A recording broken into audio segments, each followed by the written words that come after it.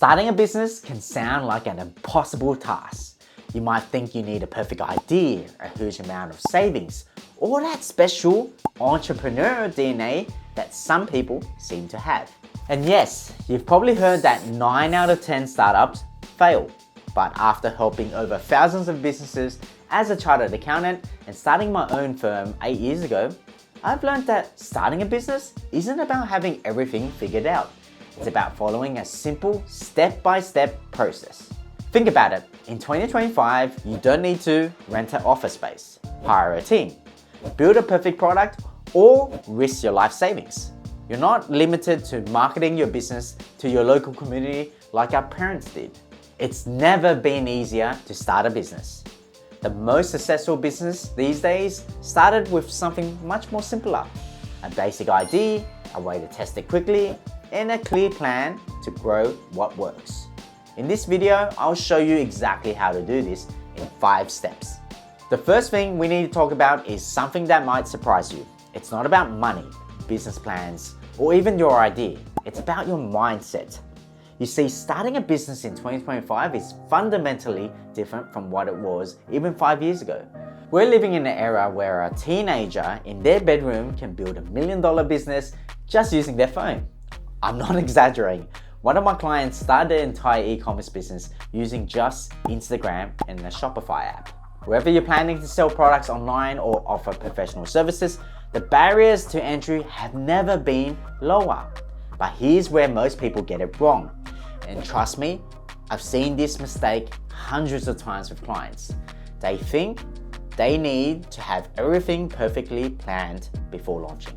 Product-based businesses spend months stockpiling inventory.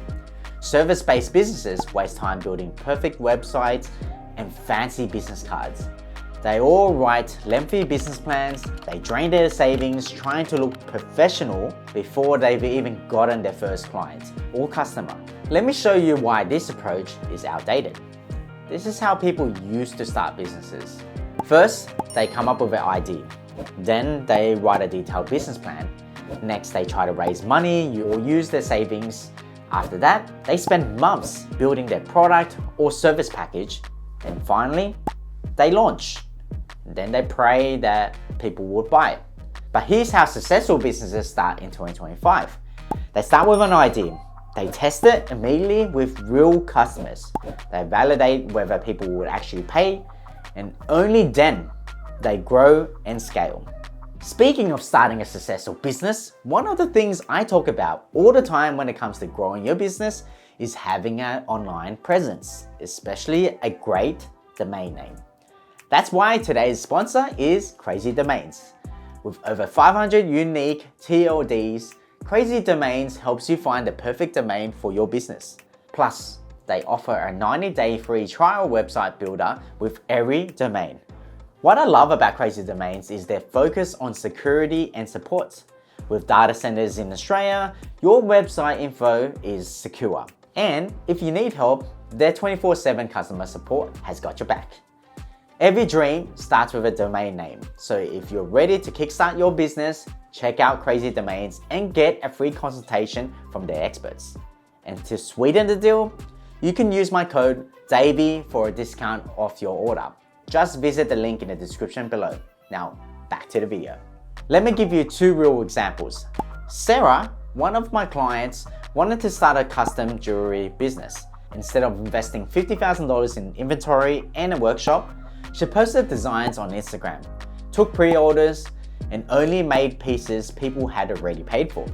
Then there's Michael, who wanted to start a business in the consulting space. Rather than spending months building a website and getting certifications, he reached out to his LinkedIn network, offering free strategy sessions. After getting amazing feedback from these sessions, he started charging. His only initial investment was a Zoom account and a calendar booking tool. Think of it like dating, and I love using this analogy because it really helps people understand this concept. You wouldn't propose marriage on the first date, right? You wouldn't spend thousands on a wedding venue before knowing if your partner even wants to marry you. So why would you invest your life savings into a business idea before testing if people actually want what you're offering? This mindset shift is extremely important because it changes everything about how you approach starting your business. And here's the beautiful part. This approach isn't just safe, it's actually more likely to succeed. Because when you start small and test quickly, you can adapt and change based on the real customer feedback, not just your assumptions. For service businesses, this might mean adjusting your offerings based on what clients actually need. For product businesses, it could mean changing your designs or features based on customer feedback. I see this all the time in my practice. The businesses that start lean and test quickly almost always outperforms the ones that try to launch perfectly. Now that we've got the right mindset, let's talk about step 2, choosing a business to start. Let me introduce you to something I call the 3 P's framework. First, we have pain points. These are the problems you see in your daily life or in your professional life that you desperately need solving. For example, a mother struggling to find healthy ready-made meals for her kids created a meal prep business. The second P is profession. This is about leveraging the skills and knowledge you already have, and I want to bust the myth here. You don't need 20 years of experience. Even a year or 2 in any job gives you insights that others would pay for. Take Lisa for example. She worked as a junior HR assistant for 2 years, but she realized small businesses couldn't afford full-time HR staff. Now she offers HR consulting to small businesses, making more than she did in her corporate job. She didn't need to be a senior executive, she just needed to know more than her target market. The third P is passion. What could you talk about for hours without getting paid? What do you find yourself researching just for fun? Passion alone isn't enough though. You need to make sure that your idea is in line with market demand. For example, if you're a gym bro who's got an idea for a new fitness equipment, you might want to first try it out with a few of your personal training clients at your local gym before sending it to production. So here's how you can apply the 3 P's framework. First, grab a piece of paper and write this down. Every problem you've encountered in the last month, or the skills you've gained from your work experience, the topics you find yourself naturally drawn to. Then look for where these overlap. That intersection is often where your best business opportunities lie. In the next step or phase, you need to validate your idea. All this involves is proving that people will actually pay for your solution before you build it. There are many ways you can do this. For example, you could do something like pre-sale, like they do with books. Publishers use pre-sale data to work out print runs and marketing investments. I'll use a case study for example to illustrate my point. James was a bookkeeper with 10 years experience working with traders. He knew their biggest pain point was managing their finances, but before creating an entire course, he wanted to validate his idea. He offered a live 4-week group coaching program, limited to 10 people, at an introductory price of $297. This will involve weekly Zoom calls where he'll teach the basics of bookkeeping specifically for trades businesses with direct Q&A sessions. He reached out to his network and posted in trade Facebook groups where he was already an active member.